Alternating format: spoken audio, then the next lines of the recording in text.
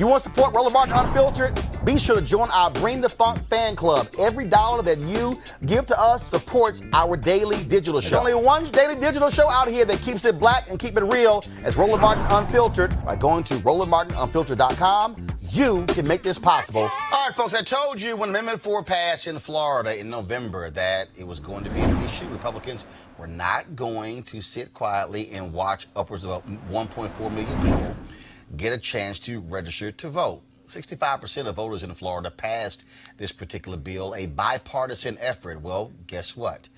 Republicans now have signed a bill into law, Governor Ron DeSantis, saying that in order for those folks to get the right to vote, they must pay back all fines and penalties, even though that was not what was specified in the amendment.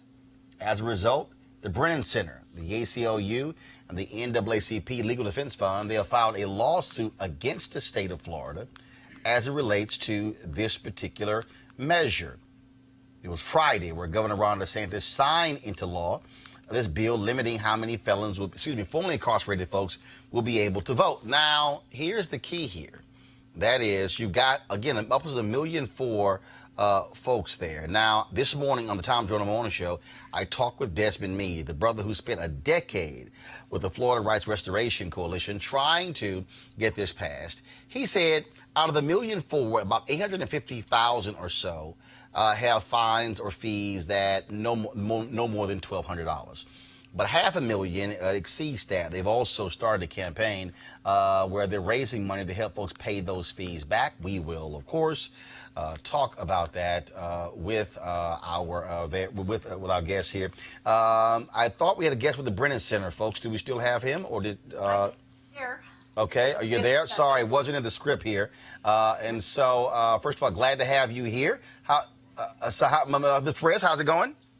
It's going great. I'm so glad to be talking about this important issue, and thank you for sharing this with your viewership. I've been following this. I work with Sheena. I work with Desmond on this, raising the awareness. And I told them, and Desmond's like, yeah, Roland, you keep reminding me you did. I said, do not trust Republicans in Florida. We were all excited on Election Day in November 2018, and I said they are not going to sit idly by and allow upwards of 1.4 million people to get the right to vote, knowing full well that could change the outcome of elections in that state, not only in these off elections this year in 2019, but also in 2020. In this bill that critics are calling a poll tax, it's exactly what this is. This is meant to disenfranchise folks and to ignore the will of the voters.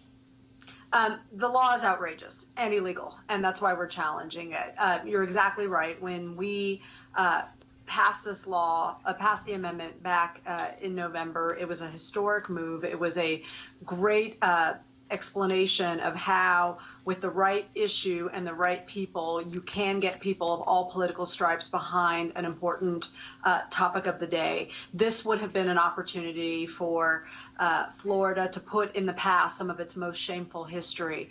And right now, the legislature has made it very, very plain that they intend to be dragged kicking and screaming into modernity and into a world where it doesn't matter what your skin color is, that we all have the right to a free, fair, and accessible vote. And so with this particular lawsuit, again, I talked to Desmond this morning. His group, they are not a part of the lawsuit. It's the Brennan Center, it's the ACLU, and it's NAACP LDF. And so are you suing to get this law declared unconstitutional by the Supreme Court there in Florida? What we are doing is we filed a lawsuit in federal court where we are asking the court to look at various constitutional protections. And we think that when the court does that, the court's determination will be that this law is illegal because it is a poll tax, because it is unclear and it is vague, because it unreasonably burdens the right to vote, because it was enacted with the purpose of discriminating against minority voters. And the effort that Desmond and others are doing is also equally really important because the courts are not a quick process. It's going to take a while for this to work its way through its system, and everyone that we can get to pay off their fees and fines, we should. One of the challenges that everyone is going to face is that the data is so bad and the databases are not connected and talking to each other. So there may be some people that just simply may not know what sort of fees or legal obligations that they have outstanding. And there may be others that aren't 100% confident that they will not find something that they missed later on and will later get in trouble for it. That's one of the most pernicious aspects of the law. Like, you're only eligible if you are off your probation and off your parole. These are people who have really made an effort to reintegrate into our society, to be able to contribute. And the fear that they may be inadvertently doing something wrong, like they may be inadvertently messing up and voting if they have this fine or fee that they don't know about, is going to have an enormous chilling effect. It's going to make people second guess whether or not they should register to vote. And that is terrible. That is really, really awful. The whole point behind Amendment 4 was to bring more people back into our community. And this really terrible and outrageous legislation is going to be a big impediment to that. All right, then. Myrna Perez, we certainly appreciate it. Thanks for the great work of the Brennan Center. Thanks a lot. Thank you for having me. All right, folks, let's talk about this with my panel. Dr. Avis Jones-DeWeaver, leadership political analyst, also leadership strategist. Dr. Cleo Monago, social political analyst, as well as activist. And Brooke Thomas, she is with the Young Turks out of Los Angeles. Brooke, I'll start with you. I kept explaining to folks, again, I never trusted Republicans in Florida. I never believed that they were going to sit quietly by and allow this. They set the signal, and this governor made it perfectly clear that they want to make it harder for people. Do you see this as being a poll tax? And your thoughts on this lawsuit?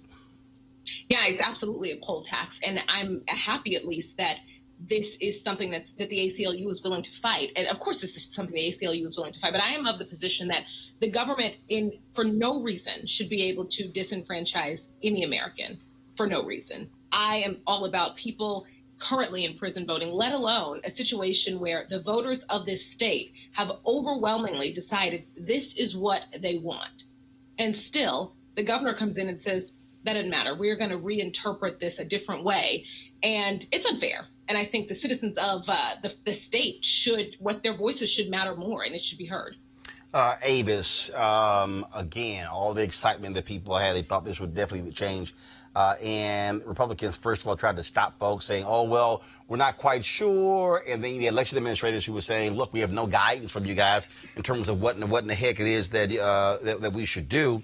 And the Republicans in the House and the Senate did not care. This also ties into the Supreme Court decision dealing with political gerrymandering, because they were able to do this because they have a supermajority in the legislature there in Florida. Absolutely. So, you know, as you mentioned, this was something that could have and should have been predicted. I mean, unfortunately, we cannot trust the Republican Party to in any way seek to enfranchise people. In fact, they seek to do the exact opposite. Their modus operandi is to restrict voting as much as humanly possible rather than to expand the franchise. And it's because, as we've mentioned many times on this show before, the demography of this nation is changing. And so what they are trying to do in Florida and writ large as a political strategy all the way up to that Supreme Court decision is to create a situation where we can have minority rule in this nation for eons to come. They are setting up a situation where a minority of the people, white people, quite frankly, because that's where we're going demographically, can continue to rule this country infinitum. Basically, they're trying to set up an American version of South Africa apartheid, and that's exactly what they're doing. Cleo? Well, as I think we all know, the purpose of over-incarceration and disproportionately incarcerating black people is to create disenfranchisement. This legislation that the brother and his wife in Florida did compromises that agenda in terms of making sure that people who are overly incarcerated do not get to vote. So I think it's important that, from the white supremacist perspective, that this precedent that they broke is put back in place one way or the other. So DeSantis came up with this legislation, or counter legislation that he came up with, to control at all costs what they want to control, which is pretty much what Dr. Dr. DeWeaver just said. They want to keep white folks in power regardless of the numbers, regardless of the dwindling power that they might have theoretically. And South Africa is a great metaphor for what they intend to do, because they can't mess with the production problem that they have. They've been trying everything they could do to try to prevent that from being a problem. But it is an issue. And people of color, so-called, mostly Latinos, are going to be outnumbering whites, but they're doing what they can to prevent that from having any kind of powerful impact. All right. So, and you said it. I mean, you said it clear as a bell when we were interviewing them that they were going to do this. So, do you have a turban and a psychic? Well, you know. All right, folks, back to our Roland Martin Unfiltered video in just one moment. Hey, guys, they're back. MarijuanaStock.org has another great investment opportunity. If you were lucky enough to invest in their last crowdfunding campaign, you know they raised a bunch of money in just a few months investing in legal marijuana farms. Those initial investors now own shares of a publicly traded company. Folks, the last time many of y'all missed it, y'all been sending me emails like, can I get involved? Well, you now have a second opportunity. This new investment opportunity is as good, if not even better than the last one. I'm talking about Industry Hemp CBD. For those who don't know, the hemp plant is the cousin of marijuana with a much higher concentration of CBD, which means hemp CBD gives you all the medical benefits of marijuana without getting you high. Until recently, hemp farming was practically illegal in the U.S. and heavily regulated by the DEA. However, the 2018 Farm Bill changed all of that, making it legal to grow hemp CBD in the U.S., creating one of the largest commodities worldwide.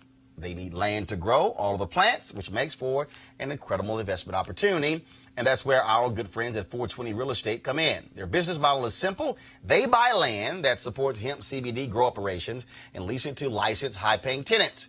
That's right, they are hemp CBD landlords, and you can get in on the action by investing in their crowdfunding campaign for as little as $200 up to $10,000. If you want more information, go to marijuanastock.org. That's marijuanastock.org, and yes, it is a black-owned company. Now back to your Roland Martin Unfiltered video.